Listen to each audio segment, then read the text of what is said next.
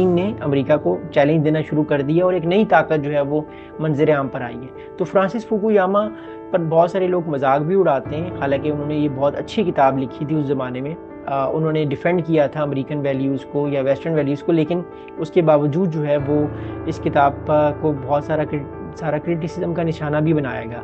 लेकिन खैर ये उनकी अपनी सोच थी और हम इस चीज़ को री इंटरप्रेट करने की कोशिश करेंगे कि उनकी सोच के पीछे उनका क्या ख्याल था और हम इसके बारे में क्या सोच सकते हैं और उसके बारे में क्या समझ सकते हैं। देखिए, मेरे ख्याल से कोई भी चीज़ परमानेंट नहीं है, कोई भी सुपर पावर परमानेंट नहीं है। अगर ये लेबल लगा दिया जाए कि एक सुपर पावर आ गई है और अब हमेशा यही रहेगी, तो फिर हम माजी में देखते हैं तो हमें ग्रीक एंशिएंट सुपर पावर्स मिलती हैं, हमें रोमन अम्पायर मिलती है, लेकिन आखिरकार रोमन अम्पायर भी ख़त्म हो गई। रोमन अम्पायर के बाद जो है वो ऑटोमन्स आए, जो सल्तनत उस्मानिया थी वो भी बहुत बड़ी ताकत थी, बहुत ज़्यादा चैलेंजेस उसने दुनिया के ममालिक को दिए, लेकिन आखिर में वो ताकत भी ख़त्म हो गई। उसके बाद फिर ब्रिटिश आए। कहते हैं कि जो बरतानवी बहरी बेड़ा था उसके मुकाबले में और उसकी टक्कर में कोई भी नहीं था। 100 साल 1815 से 1914 तक, तकरीबन 99 या आप कह सकते हैं 100 साल तक बरतानवी बहरी बेड़े को कोई चैलेंज नहीं कर सकता था। इतनी बड़ी ताकत थी। बरतानिया ने तकरीबन 50 से ज़्यादा ममालिक उसकी कॉलोनीज़ थे। इसका मतलब है कि बरतानिया की हुकूमत के अंडर सूरज गरूब नहीं होता था। और आज हम देखते हैं कि बरतानिया उतना ताकतवर नहीं है जितना ताकतवर उस ज़माने में होता था, आज से 150-200 साल पहले। आज अमेरिका है, इससे पहले अमेरिका और सोवियत यूनियन दोनों थे। उससे पहले जो था वो हम देख रहे थे कि मल्टीपोलर वर्ल्ड थी। तो दुनिया जो है वो हमेशा चेंज होती रहती है, नई ताकतें आती रहती हैं। It's just a matter of time.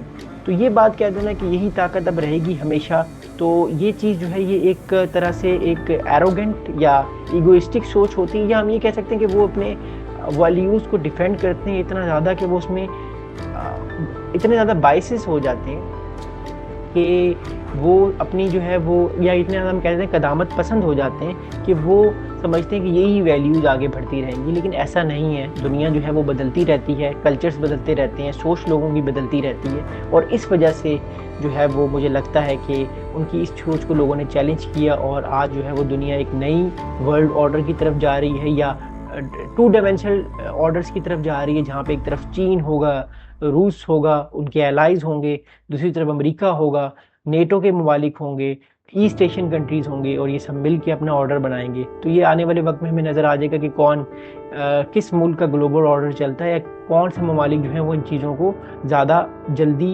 या ज़्यादा अच्छी तादाद में या आगे बढ़ाने के लिए लेकर जाएंगे। ये बहुत इंपॉर्टेंट चीज़ जो थी, ये मैं आप लोगों से बताना चाह रहा था, आपसे शेयर करना चाहता था। आगे इस किताब में जो है वो ऑथर क्या लिखते हैं, आगे ऑथर ये लिखते हैं कि 3 decades later the world is very different place and Bush's jubilation looks like ancient history. The invasion of Ukraine launched by Vladimir Putin on 24 February 2022 has brought war to the heart of Europe, driving more than 14 million people from their homes within the first 3 months alone. Over 6 million of whom had fled abroad. It has also provided proof, if any more was needed, of the Kremlin leader's inability to live in peace with his neighbors except on his own terms.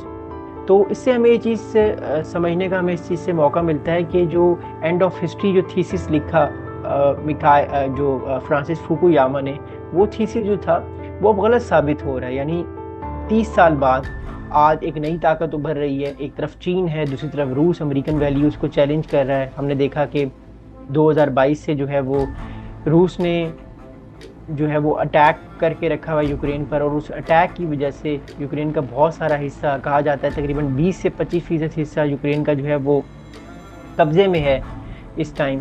और इन सब चीज़ों को जब हम देखते हैं तो फिर फ्रांसिस फुकुयामा की वो बात लोगों को एक माजी का हिस्सा लगती है, एक एशियंट हिस्सा लगती है, क्योंकि 1 करोड़ से ज़्यादा लोग जो हैं वो इस जंग में डिस्प्लेस हो गए हैं, यानी वो भागने पे मजबूर हो चुके हैं। उनको नहीं पता कि वो क्या कर रहे हैं और वो कैसे अपने आप को इस सारे क्योस से निकालेंगे। तो ये बातें जानना बहुत ज़रूरी है, इन बातों को समझना बहुत ज़रूरी है, क्योंकि हिस्ट्री जो होती है वो बार बार रिपीट होती है। ज़रूरी है कि आप उससे क्या क्या सीखें और आप उससे कैसे सीख सकते हैं। आप लोगों के अगर कोई सवालात हों ड्यूरिंग दैट